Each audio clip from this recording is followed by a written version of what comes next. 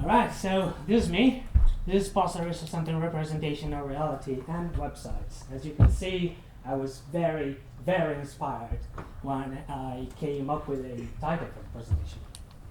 This is me. I'm SEO Director of Blu-ray SEO, and I would like to take a couple of seconds to ask you to put your hands together for the guys that put this whole thing up, Tech SEO and Blu-ray.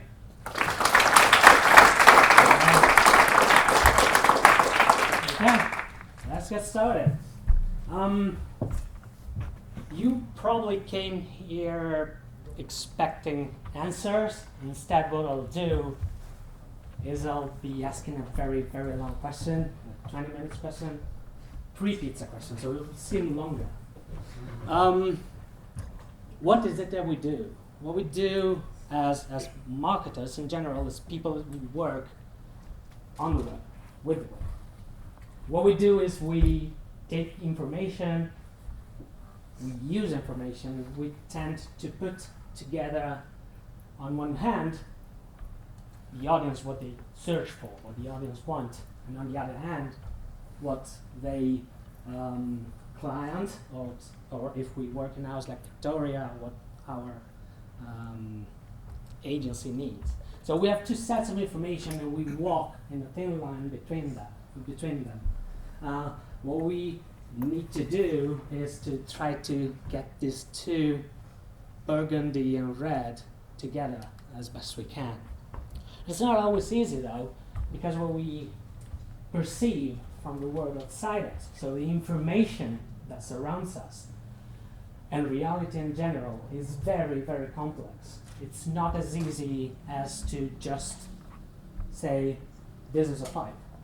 This object right here represents a lot of things. It represents pipeness, but it also represents brownness. You can also think of it as a kind of a joke. It is pretty funny, and that's why it's so famous after all this time. This painting from Magritte, and sorry for my French. So it's not simply a pipe, and what we do is we try to find a way to structure the information that we have in order for people to be able to find it.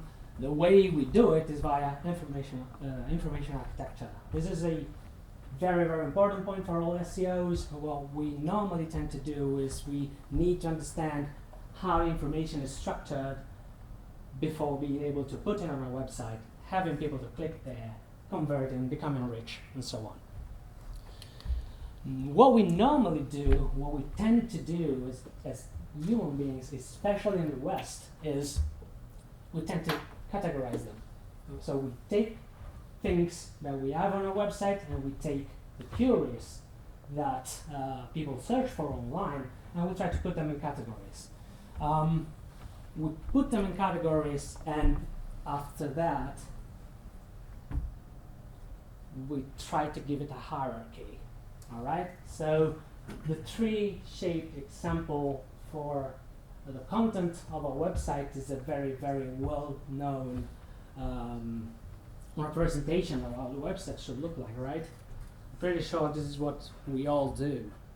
What we do is we have a focal point, which is the trunk of the tree, our main keyword. At the same time, it's our brand. At the same time, it's what the query is about, what the people are searching for. Then we have second levels. We split into two huge branches. These two branches split again and again until you reach the leaf. So all the information that you have on your website is hierarchical and is categorized, as we saw. Pretty straightforward, right? This is like very basic. This is what we do. The reason why we do this is because our brains tend to work following what we call Aristotelian splits, what I call Aristotelian splits. There's two guys here, Plato and Aristotle. In the West, the last 2,000 years, our way of thinking, our way of facing what reality surrounds us, stems from on the back of what these two guys thought 2,000 years ago or so, more than 2,000 years. So they had a way of splitting reality into categorization, and this is exactly the reason why we are doing it now. We tend to do it because we don't accept the fact that we might not know things. So we need to organize everything that we see, everything that surrounds us, reality. Information is reality, yeah? Now, at a certain point in history, pretty recently, now, some people say that all philosophy of after Aristotle is just a footnote to Aristotle. That's a bit of a minimal way of putting it, but these two guys in the 1980s, pretty recently, Gilles Deleuze, Félix Guattari, again, forgive me for my French, were part of a school of thought of which I will not dwell too much, not to bore you even more than what I'm doing. What they did is they questioned it. Is what we see outside, the world outside, so the projection of everything that surrounds us, including information, therefore including the web and everything that's on it, both physical and non-physical, purely informational, is it really shaped as a tree? We take that for granted. That's all we know about websites. That's how we build websites, but it might not be as straightforward because reality is complex. The way they saw it is it's rather a net, isn't it? There's a lot of connections between things. So brownness in the pipe is not always necessarily connected to the pipeness of the pipe. At the same time, it can be in any given moment, and there's no way for us to tell what is important in our brain to be able to talk about the pipe, to think about the pipe, and to put it in a categorization, in a hierarchical categorization. What they used to talk about this is the example of a rhizome. Now, I don't know if you know what a rhizome is. Anyone? I don't. I'm one of those people that kill plants on a daily basis, and I tried, but I can't. Anyways, I will use this example because bamboo is something that stems off a rhizome rather than from regular roots. What a rhizome is a subterranean stem that differs from a tree, from a regular tree, from any normal plants, because it moves forward on the ground, and it can at any given moment go down and form a root, or go up and form a shoot. And it will create a potentially infinite system that is only one. Only on the surface we will see a lot of bamboos. These are the definitions of a rhizome that these two guys used. So the rhizome, it can be connected, any point can be connected and must be to any other point. The principle of multiplicity. I think you can read that. It's actually, the way I said it is, I think, easier than that. It's a very, very great read, actually. It's very absolutely crazy to read them because he writes absolute nonsense, but also some interesting stuff. So what they were proposing is that reality is not actually shaped as a tree, as we are normally used to see it. It might instead be shaped as a rhizome.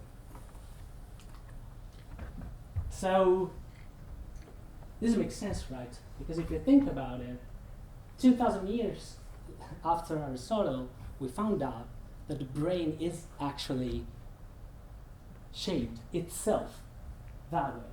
That's how it is. The brain is a net. It's not hierarchical. It's not necessarily hierarchical. You can create hierarchies or jump away from them, and we will not really find a specific reason for it. So when we build our websites, when we build the information that we put online,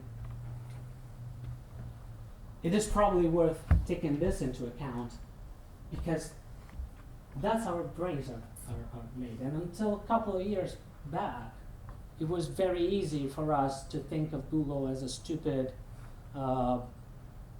automatic robot who couldn't tell one thing from the other. It wouldn't really matter if the pipe was brown or another color to Google, because Google wouldn't understand shit. But now, we can see it. Google is starting to understand. Google is starting to behave like a brain. It's very slow. It's going to take a bit. But you guys have been in SEO for some time, and you can totally tell the difference. 2 years ago, it wasn't like that. Now, I haven't been working in the UK all the time. I come from Italy, as you can tell by all the hand gesturing. I'm actually keeping it very, very steady, yeah? Okay. Thank you. So the technology in Italy is not as good as it is in English-speaking countries. Okay, we don't have as many BPAs, feature snippet, blah blah blah, everything that Victoria mentioned. But it's changing. You can sensibly see it. It's changing very fast, and this is because Google is becoming more and more similar to the way we see reality. The brain is a net, and the machine is a net as well. Now you can probably see this picture is not as good as the previous ones, is it? It's kind of sketchy. Although, what's interesting about this picture, it's also very recent, 2018. This is the very first painting that's been sold by Christie's for around like $500,000. That's been entirely done by a robot. This is an artificial intelligence who did this. I don't think I can do better, but a professional painter would. Some people here maybe as well. But what's interesting here is that for the first time, the machine is becoming good enough to copy what we do. So if they are going towards that direction, on the other hand, we have the SEO community that's dumping down websites by creating them into very, very strict hierarchical categorizations, and trying to make them as less human as possible, as more machine-like as possible. But at the same time, the machine is becoming more and more like a human. Thank you.